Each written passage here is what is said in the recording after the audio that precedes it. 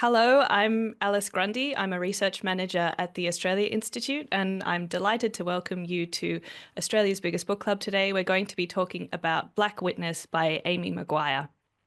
I'm coming to you from beautiful Ngunnawal and Ngambri country.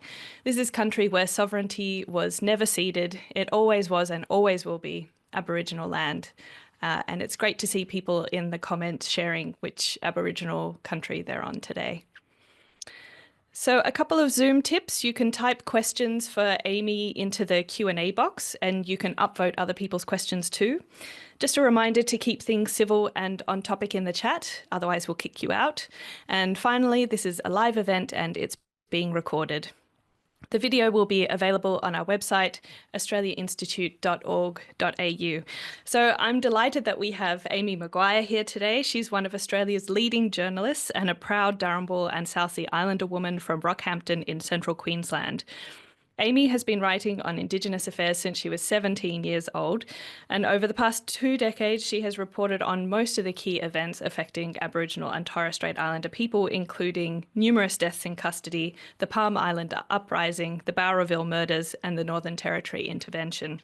She's also exposed the misrepresentations and violence that the mainstream media's reports, as well as their omissions and silences altogether on First Nations matters.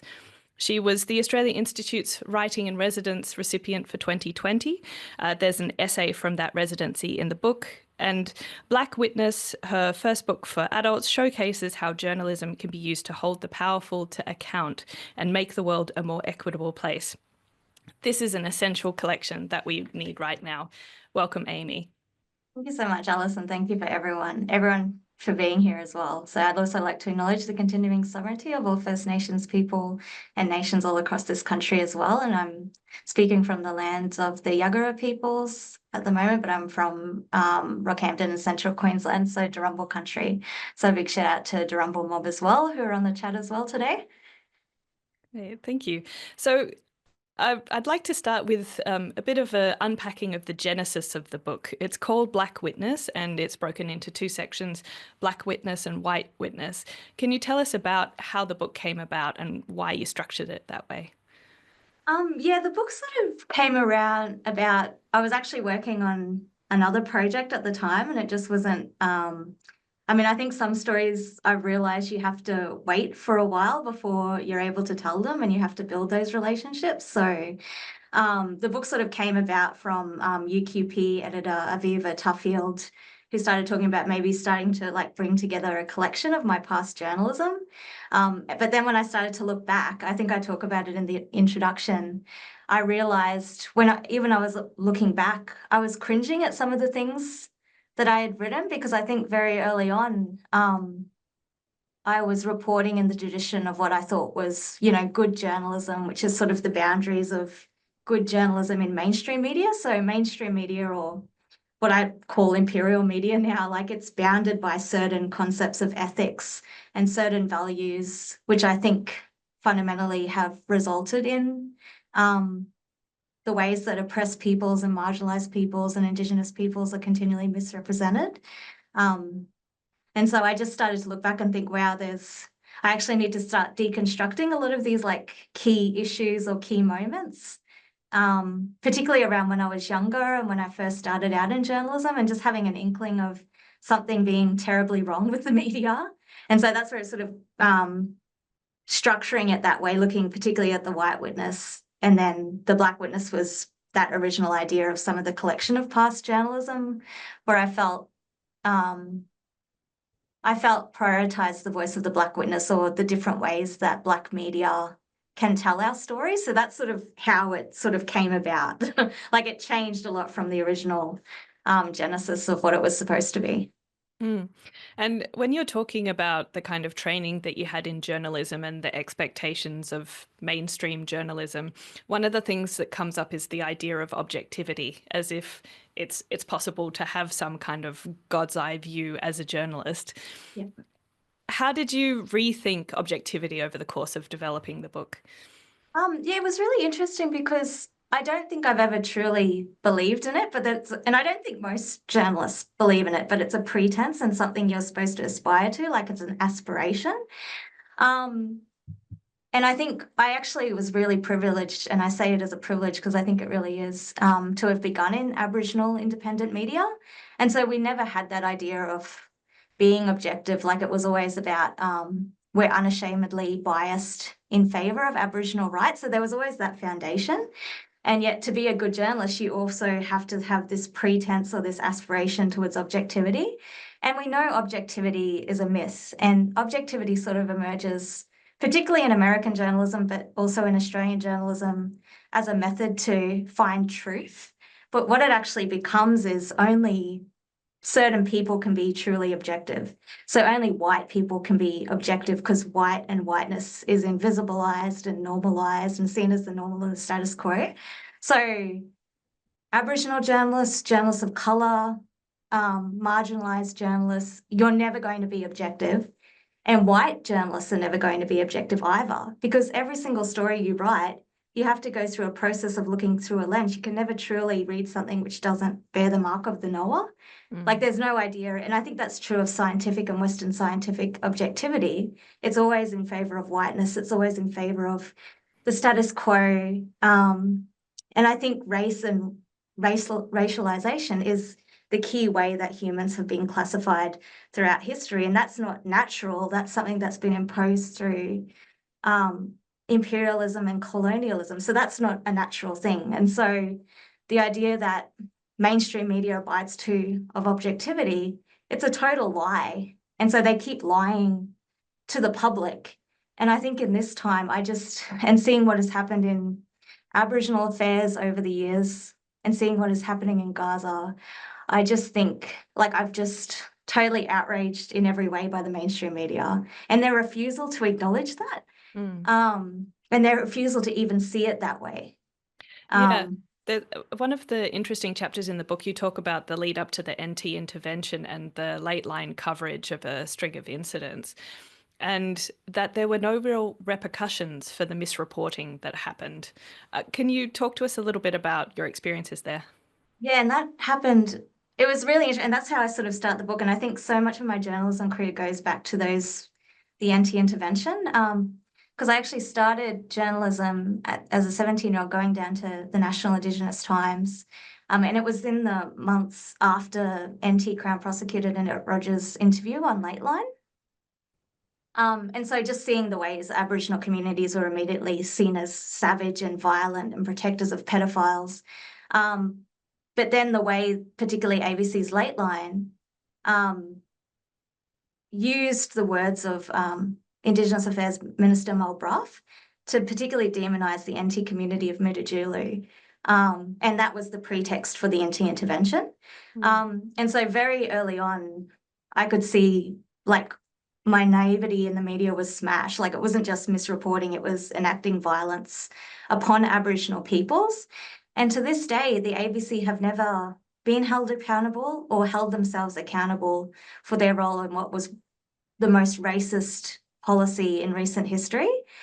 And it was it was a key example of media-driven Indigenous affairs policy and their refusals to truly interrogate what the minister was saying and to interrogate what was happening in Indigenous policy at the time. All they could see were these limited framings, which were basically stories that have been retold and retold and retold throughout history. And Alexis Wright has this amazing article about that in Meander, where she talks about the stories that the media tells are not actually the stories about us, but they're the stories that have been continually told about us.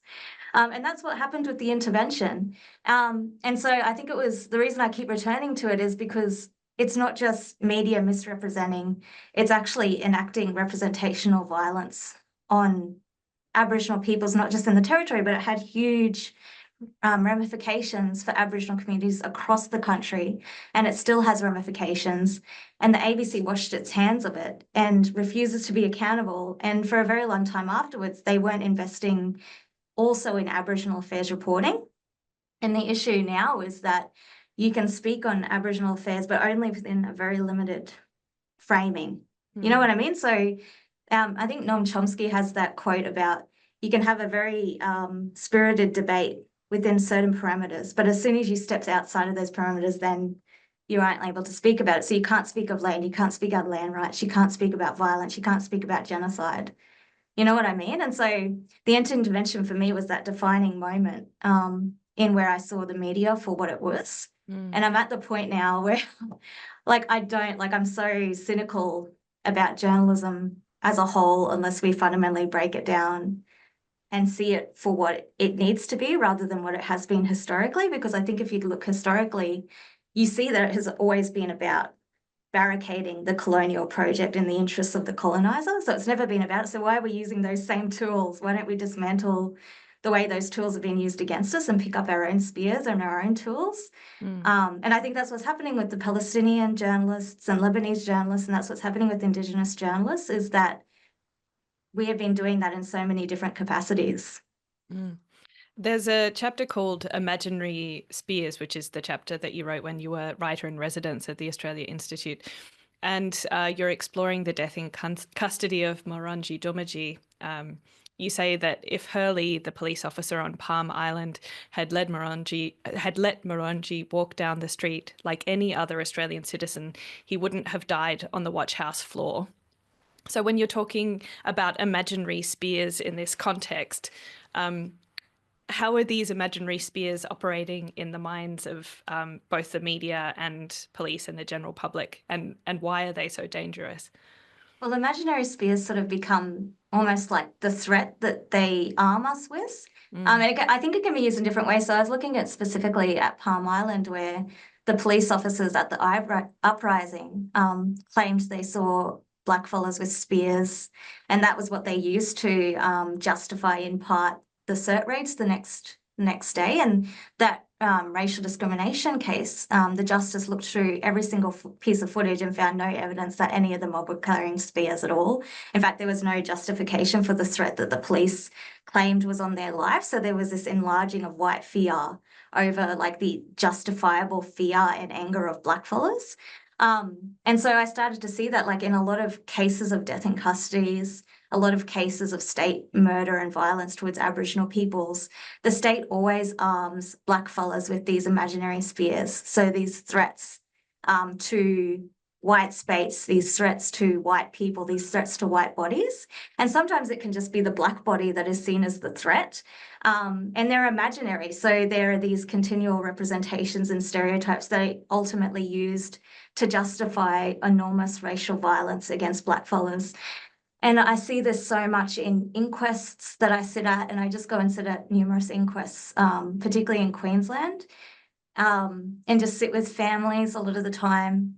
And you see how that operates, particularly in deaths in custody. Like the person who has died is never seen as the victim of state violence. They're seen as responsible for their own death, and the whole narrative is turned against them to make them seem like the violent ones when you have the police officers coming in killing blackfellas, and you're not supposed to say they are killing blackfellas, you know what I mean? And so it was just that device that I see continually used, and I saw it particularly used in Palm Island. And Palm Island chapter is really interesting to me because in Queensland, that's where I'm getting a lot of the feedback, and I realised Palm Island was such a huge moment, particularly for Murris in Queensland, and it's coming up to the 20-year anniversary of Mulrunji's death in November. And I just think how so little has changed. And we're still seeing numerous deaths in custody, and we're still seeing the silencing of blackfellas who do not deserve to die and do not deserve to be continually over-surveilled, over-criminalised and over-incarcerated.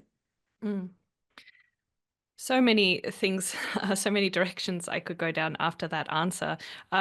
One thing that comes through in the book, which I think would really differentiate your experiences from some other journalists, is sitting with families and talking with families. Whereas a trope that comes up with some of the white journalists you talk about is that it's this positioning of themselves as a kind of war correspondent. Yeah. So is something that has really defined your practice been that kind of standpoint? And again, coming back to the question of objectivity, how does that play out? I think that that's what is different, and what's the power of Black journalists, and why I think it's important that we foster such a huge independent Black journalist workforce. I think that's really important because I think there's a way that white journalists and white mainstream media have operated, in which they're always objective, they're always impartial observers. And so when they report, for example, on violence, they only see things like black on black violence. They see like imagined black on black war. They don't see the actual violence that is being perpetrated against communities in so many different ways. Especially like bureaucratic violence, state-sanctioned violence, all of these forms of violence, they don't see that because they're only conditioned to see black on black violence. And one of the reasons behind that is that they fundamentally, I believe, don't see blackfellas as human. And that comes from hundreds of years of stereotypes continually believing blackfellas are not just inhuman, but not worthy of justice and not worthy of grieving and not worthy of mourning. And I specifically see that in the way Aboriginal women are spoken of, in which Aboriginal women are continually silenced. Aboriginal women can never speak truly, especially on issues of violence, without their words being taken or misused politically and everything like that. And so that's where I feel Black journalists come with a specific power, and that's the power also of being a Black witness. And that's where I think we need to refocus, or well, not refocus because a lot of Black journalists already do that, but just claim the fact that we don't have to be objective and we don't have to be impartial because we aren't, and that our work instead should not be used to inform on our communities. So much of the journalism that we see is for an imagined public, which is never Blackfellas. Like, orientate your work towards specifically being used for Blackfellas, to be used in service of the continual fight and in service of our people. And so that's one of the things that I've been thinking about, particularly as the ethics of what we write about, and particularly how we write about our mob who are still not here, but are still here in spirit. So that involves sitting and thinking deeply and acting in relationship with their families, because even as Black journalists, you can still, because there's such a power in writing, you still have to acknowledge that you have your own responsibilities back to community and back to family. And so you have to sit in relationship that might not just be for a week, but it takes a longer period of time. And that's where you see the issues of like the news industry and news pressures and all this stuff come into it. But like, representation can act as this huge form of violence as well, and we have to be so conscious of that. Yeah, and I feel as though you really foreground victims and people who have suffered from violence, and you really talk about them as people and, in terms of their hobbies and their families and their connection to community, rather than just saying, here's a person who died. One of the examples is when you talk about Letitia Nolan and Christy Scholes, and how at the same time they were pushed into the background by media, and that same media was valorizing Malcolm Naden almost as a kind of bushranger figure. Can you unpack a little bit how you saw this simultaneous erasure of victims and valorization of a perpetrator? That was huge. At the time, I didn't realize how shocking it was to see the complete erasure of Letitia and Christy. And I was at an Aboriginal newspaper at the time. I think it was actually Tracker when I started following the story. And at the time, very few people outside of New South Wales knew about what had happened in regards to Malcolm Naden. Naden was still on the run. But there were all of these mythologies that had built up around Naden, particularly in like communities around New South Wales. And there were all these sightings. And then I realized when I talked to Letitia and Christy's family is that Letitia and Christy were totally lost in a lot of the coverage of what had actually happened to them. And so it wasn't even a dehumanizing representation of them. They were just totally made absent. And when Naden became one of the biggest news stories in Australia at the time, when he shot a cop and then he was caught, their absence became even more pronounced. And so they even, like, often news stories wouldn't even include their names. They would be down the bottom of the news reports. Their families were never spoken about. It became all about this Naden as this almost heroic bushranger of Australian folklore. And so there was that sanitisation of his Aboriginality and his I've got a whole chapter about it. So it's like a very huge story, but his Aboriginality was changed in a certain way to make him become closer to these bushrangers and this anti-authoritarian outlaw of Australian history. And in the meantime, the Aboriginal women who had lost their lives and the families who mourned for them were totally lost. And I saw it again as the complete dehumanization of Black women, the refusal to see us as victims as well. And it was really heart-wrenching to see how that continued to play out. And also I felt like Australia didn't know how to speak about perpetrators or violence in any sort of way. You know what I mean? And so they had to make Naden out to be this folkloric hero, which he wasn't at all. But at the heart, I realized it was so much, Letitia and Christy were just never seen as valuable and never seen as valuable for a newsworthy story, even though their stories sort of met the criteria of what usually makes a newsworthy story based on like journalistic news values. So there were reasons why their deaths were not newsworthy deaths, and they were never seen as newsworthy deaths in this huge story that was one of the most newsworthy stories when Naden was caught and apprehended. And so it was just that trying to look at that and then seeing all these other stories of Aboriginal women who are just never spoken of, or their cases are never seen as newsworthy cases. Their bodies are always ungrievable and unmournable, but their families show how deeply they are mourned and how deeply they are loved. And it's always the families who bring that out. And then the families are ignored as well, because the families speak not just about the violence and the original violence, but also all of the violences that the women have experienced throughout their lives. And specifically how they resist to that violence. And I think Australia can't understand not only the unique violences that Aboriginal women are subject to, but how they resist that violence, because they can't understand the violence in the first place. So then their resistance is seen as violent in itself. And that happens continually in the way Aboriginal women are spoken of. Mm. And this is going to be my second last question before I open up to questions for the audience. So feel free to type your questions in the question box, everybody. I was thinking about the twin violences of the media and the justice system. This comes up in particular in the chapter about the Bowraville murders. How do you see those two forces or those two systems interplaying with each other, and what effect does that have? Well, I think they're completely connected in so many different ways. Like I could spend the next hour talking about it, but I've started to see media as another form of violence, like part of the state apparatus of violence, because I see so much how media will uncritically take the words of certain sources, and usually that's police and that's the justice system as well. And they don't challenge any of that. They always see the police ultimately as the heroes and the protectors of order. But when you look at the history of this country, and I speak particularly on Queensland, where I'm from, and I've started to sort of reorientate it to looking specifically at Queensland, because Queensland is specific in the sense that it is built upon the native mounted police. So it's very clearly built on this genocide perpetrated by a paramilitary force, which were the police.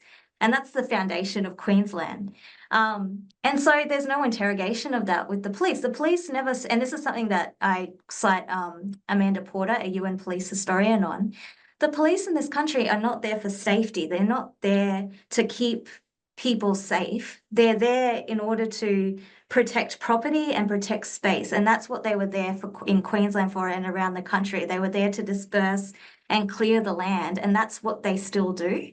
And the media don't interrogate that. So particularly in Queensland, when an election comes up or anyway, they see a law and order agenda. And so they're speaking on crime, and they do, and they take, they copy and paste police press releases, and then they go to court and the other thing is the coronial inquest, which continues to reperpetrate all of these really dehumanizing logics. So they just regurgitate also what they are told from all of these differing sources and don't interrogate that. And they do an enormous injustice to so many blackfellas who are victims of state violence in so many different ways. So we have examples of really great reporters who do interrogate that a lot of the time. But for the most part, it is a very uniform sanctioning of what is a really horrific violence perpetrated by police in collusion really with the state. You know, the police are the colonial soldiers of the state. And so there's no interrogating of that, where if they just looked at history, they could see clearly what is actually happening in this country, but they refuse to. And when you're trying to share information that people might otherwise not find accessible. I mean, from the book, you can see that you've been published in everything from Marie Claire, the National Indigenous Times, you've edited Tracker, you've had a podcast, you've worked across all different kinds of media, been a producer for John Pilger. Is it part of your practice to make sure that you're operating across all these different formats, or is it happenstance? Is it by design? How does that work? I feel like it's just about what the story and how best to tell the story. So I'm just using the example of the podcast. We started the podcast because we couldn't think of another way to do the story of Kevin Henry justice, because it was you have to not only tell the story, but you have to tell everything around the story to make people understand what a wrongful conviction is. And that includes looking at the racism of the justice system. That includes looking at the history of this certain area at a certain period. And that includes dismantling logics about Aboriginal women and showing how Aboriginal women deserve justice and how this has led to a massive miscarriage of justice. So sometimes I think just looking at the story and what you need to do to tell the story is really important. So often it's just that, like, probably happenstance more than anything else, rather than thinking I need to do this, this, this. But often it's because of the story, like, you can't tell that particular story in that specific way. But the stuff around like Marie Claire and all that come out after Black Lives Matter, where for some reason, like, Australian publishers decided we're going to give space to Aboriginal writers, and that lasted for maybe a few months. So there was this very specific time where they felt a lot of white guilt, and then obviously it's gone off again now. So you have very limited space in mainstream media, I think. Mm. And I suppose that's where something like Substack has a role to play. You talk about one of your pieces going viral on Substack. So it's possible in the changing media landscape to access readers directly now. I think that's where it's going to have to go. Like, I just don't see how we're going to be able to write in the way that we're supposed to write in what is now an imperial media and shown its colours, particularly in the past year. They're not going to change. And so I think and the challenge is like funding it and resourcing it, and training up younger Black journalists as well. So there's so many challenges, but also I think so many opportunities in being able to do that. Hmm. This is a slight repurposing of a question from Randy in the Q&A.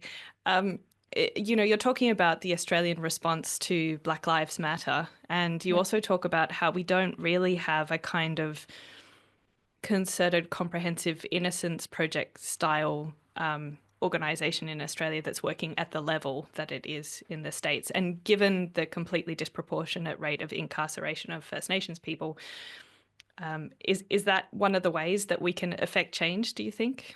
Is that through media or like Innocence Project? Well, I suppose an Innocence Project style thing, but it seems to me part of what makes them successful is the way that they use the media. I think definitely that needs to happen. I think one of the things I find particularly is, and when we started looking particularly at wrongful conviction, or I did, like my colleague Martin Hodgson's been looking at it for a very long time, we had to really just try and dismantle what people thought they knew about the justice system and how it works, and the possibilities for things like false confession, and the understanding that blackfellas are so often accused of crimes that they didn't commit. And that comes down to things like, there is a thing, you talk to any mob around the country, is that they're often told to put in guilty pleas. They often have very inadequate defence. The police overly surveil Aboriginal peoples. And so I think it has to be that wholehearted, like, research, activist lawyers, radical journalists, all working together to look at it. And I've been thinking also about, like, the concept of innocence in itself is so problematic, because and I've been using the word innocence as well, but just rethinking how we even use that, because so many blackfellas end up from that, as we know, like the trajectory of this racist, violent justice system. You know what I mean? And so even just rethinking the ways not rethinking it, because it's so many mob are doing work on this, but just how we use that to really deconstruct a lot of those narratives.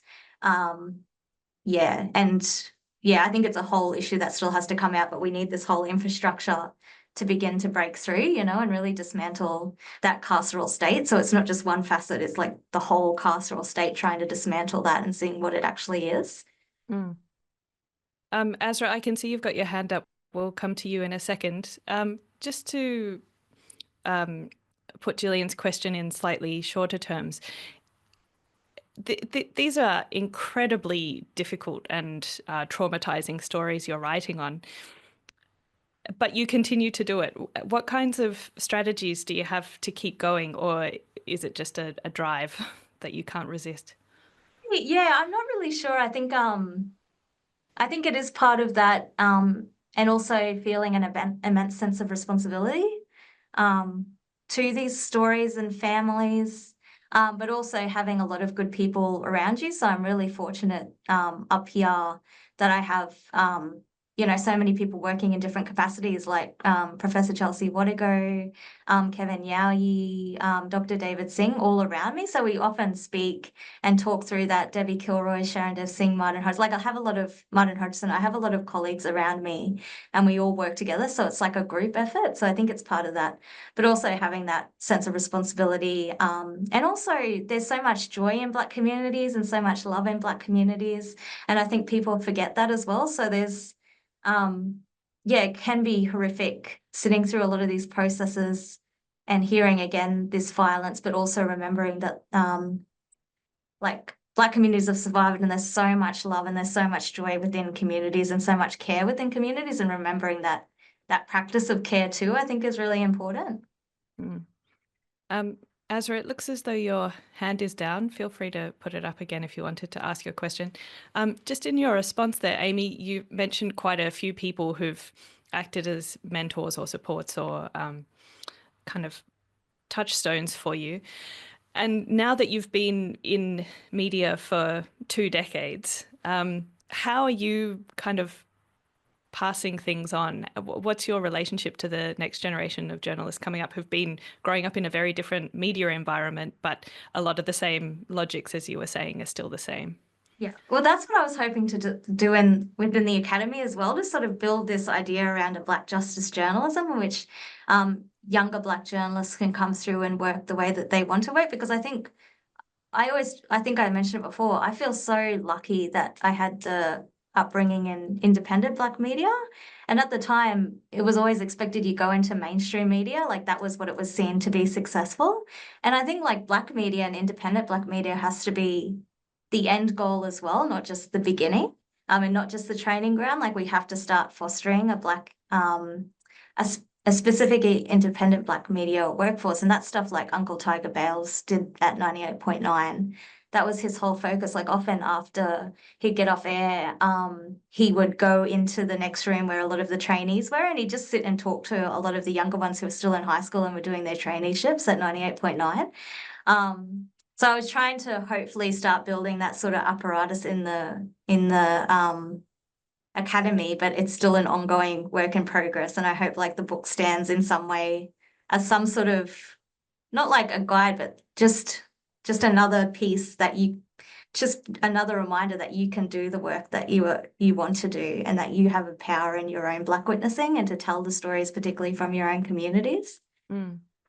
Something that I think is really successful in the book is the way you weave together academic research, connections with community. There's this kind of wide spectrum of conversation and information. Is that something that you would like to continue? Do you see yourself as kind of spanning academia and more traditional media and First Nations media? So I'm not too sure yet. I'll just keep like I'm really hoping to continue freelance writing and academia and journalism, but I'm not really sure how that's going to look at the moment. So, and also supporting like you know, other PhD students to come through, and yeah, trying to help support other younger Black journalists. So I'm not really sure yet at the moment. Yeah. Jennifer Wills and Azra Coombe have both asked questions about education. Azra asked, how do you think universities fit within this space in terms of their responsibilities for people going into the future? i.e. journalism, criminology, education law, etc. What role do they play in challenging the deficit narrative? And Amy, how do you protect yourself in unsafe spaces of Western institutions? I think they play a huge role. I think, but so many mob have really bad experiences, particularly in these Western institutions, which are, they're so, like when you look at the history of knowledge production, they have been so violent and sites of violence towards blackfellas, um, and, in so many different ways. And so I find sort of an idea of safety in these sort of enclaves like the Corumba Institute. Um, and I'm not really sure how we continue to contest what is like criminology, I think, is a really problematic field in the way that fundamentally sees blackfellas as statistics and criminals in so many different ways. And I've cited Chelsea a few times, but Chelsea did this really amazing keynote a few years ago about abolishing the field of criminology. And I think just fundamentally continuing to act in your work as a resistance to so much of this research. And a lot of the work that I use is things like building upon like Lester Irabano Rigney, who speaks about Indigenous research, and really just foregrounding Black witnesses, foregrounding relationships, acting as a resistance to racism, and then using it in the same way I spoke about journalism, using academia as a way to give back to community or give back as tools to be used to community in the ongoing fight. You know what I mean? So not extracting as well, but acting in relationship. And that can only really happen through these sort of Black spaces like Corumba Institute and other places around the country. And it's really hard now because a lot of Black academics are siloed in these departments. So it's really important to have these spaces to continue to contest the violence of the academy. Because there's so much historical but also recent issue with the way the academy continues to extract our knowledge and never give back and never reciprocate. You know what I mean? And also just the way academia is set up, the way it has also just continued to hurt younger Black academics coming in and out. So I think a whole other conversation about that. I'm just ranting now, but yeah, it's well overdue. I know lots of people have been having that conversation, but making sure that it's part of the mainstream. I'm interested in how you use metaphor and language to communicate. I mentioned the war correspondence, I mentioned the imaginary spears. It seems that your writing is working on a figurative level as well as a more literal level as well. Is this a conscious decision? Is it something that just happens naturally for you, that your mind's operating on multiple levels at once? I think it helps me as well because I like to provide like frameworks to think about certain things as well to try and understand what is actually happening and what I'm witnessing. Because sometimes, and particularly things around violence, sometimes there's things I can't believe has actually happened or has happened. And so I think it's also just to try and explain the violence and see how it's operating in so many different ways. And also to explain to other people so they understand it too. So it's a way, I think, of also comprehending what has been happening or how the media is enacting this violence, because it's worked in certain ways through logic and normalizing things to make it seem invisible. And then there's something wrong. It's just my way of understanding what is actually happening sometimes. So I think that's one of the, reasons. And I know that you've written a children's book as well. It seems as though you've been, as I was saying, an editor working on film and all kinds of things. Is there a particular medium that you feel you're attracted to for your next work, or will you see what arises? I think the children's books are really important to me because I've got that they're trying to call me now. I've got two young children, and I think I think it's some of the most important writing that you can do, writing for children. But yeah, I think writing is particularly around like nonfiction is really the place I want to stay because that's where I sort of, and I think writing as a practice, it's where you find out things. Like you discover a lot of things through the process of writing. And so I think that's my main focus, and just writing in different capacities as a way to almost like a way of discovering, but I hate that word discovering, but like a way to understand what is happening too. Like that's how I find certain things, is through that act of writing. Mm. Sophia, I see your hand. I'll just ask Peter's question and then we'll come to you. Peter Griffin asks, on the topic of social media freedom of expression, do you know that there is a deadline of 30 September for submissions to the Senate Environment and Communication Legislation Committee inquiry into communications? Okay, so that's more of a FYI than a question. Let's come to you, Sophia. Are you there? And if you unmute yourself. Hi, Sophia. I cannot hear you. We will head to James Hoff now. He asks, is there a danger that if suddenly there are more Black journalists in the mainstream, that some are handpicked because they're willing to toe the colonial party line deliberately or otherwise? Could this be more damaging long-term to how First Nations communities and issues are portrayed?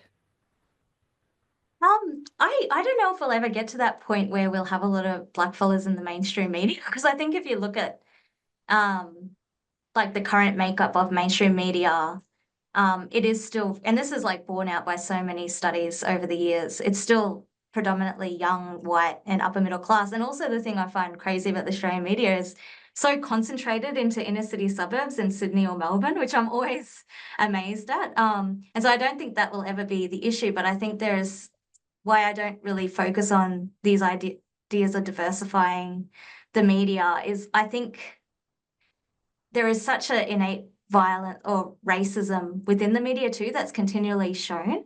And being prominent or being a prominent Black man or being a conservative Black man like Stan Grant, we have seen doesn't protect you.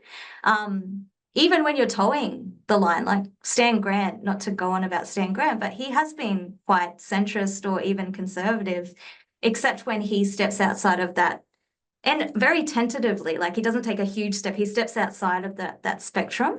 And so you're always going to be a threat just by your presence to the mainstream order, I feel. And so I don't think we're ever going to get to that place. But I think in the past there has been that or past, not even the past, currently, is that there are certain Black voices who are used to justify really horrific violences perpetrated against Blackfellas all across the country. And that has been a problem. And I think what has been very important is the fact that, like we were talking about social media before, but there is ways that Blackfellas can resist outside of those structures at the moment. And so I don't think we're going to see a part where mainstream media is going to diversify completely. I just think that the Australian media has shown it's tough to be so so racist that I don't see that would ever happen. But there's always the danger in that happening as well. Mm. Sophia's still got her hand up. Let's see if we can get everything to work this time. Sophia, did you want to take yourself off mute and ask your question?